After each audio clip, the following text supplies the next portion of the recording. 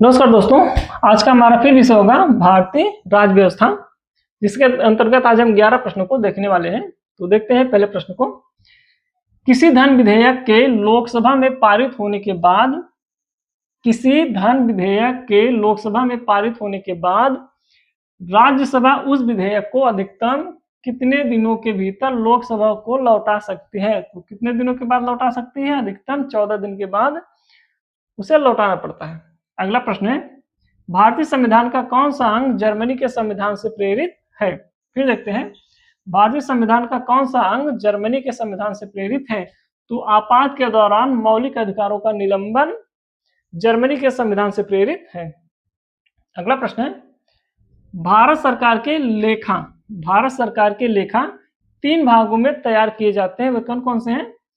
समेकित निधि, दूसरा है लोक लेखा, तीसरा है आकस्मिक निधि।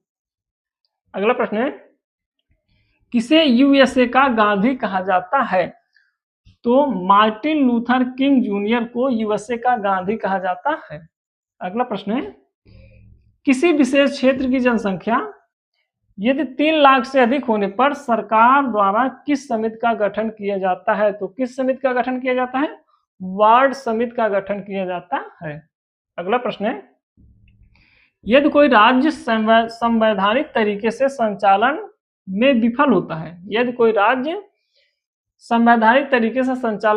होता है, तो वहां राज्य आपातकाल लागू कर सकता है।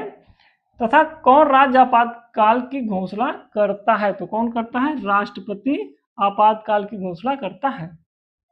अगला प्रश्न है, जन गण मन अधिनियम अर्थात हमारा राष्ट्रगान को संविधान सभा द्वारा आधिकारिक रूप से भारत के राष्ट्रगान के रूप में कब स्वीकार किया गया था? तो 24 जनवरी 1950 को स्वीकार किया गया था। अगला प्रश्न है, भारतीय संविधान में शामिल स्वतंत्रता, समानता एवं बंधुत्व के सिद्धांत किस देश के संविधान से लिया गया है? तो फ्रांस के संविधान से लिया गया है। अगला प्रश्न है, भारत के राष्ट्रीय ध्वज का डिजाइन किसने तैयार किया था? तो पिंगली वेंकैया ने इसका डिजाइन तैयार किया था। तथा भारतीय झंडे का अनुपात जो होता है 3:2 होता है। तथा इसके प्रारूप को 22 जुलाई 1947 को अपनाया गया था। अगला प्रश्न है, भारतीय संविधान का कौन सा अनुच्छेद हिंदी को संघ की भाषा घोषित करता है? तो 343(1) भारतीय संविधान का अनुच्छेद हिंदी को संघ की भाषा घोषित करता है।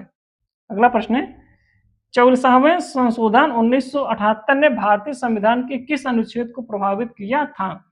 तो 301 को प्रभावित किया था।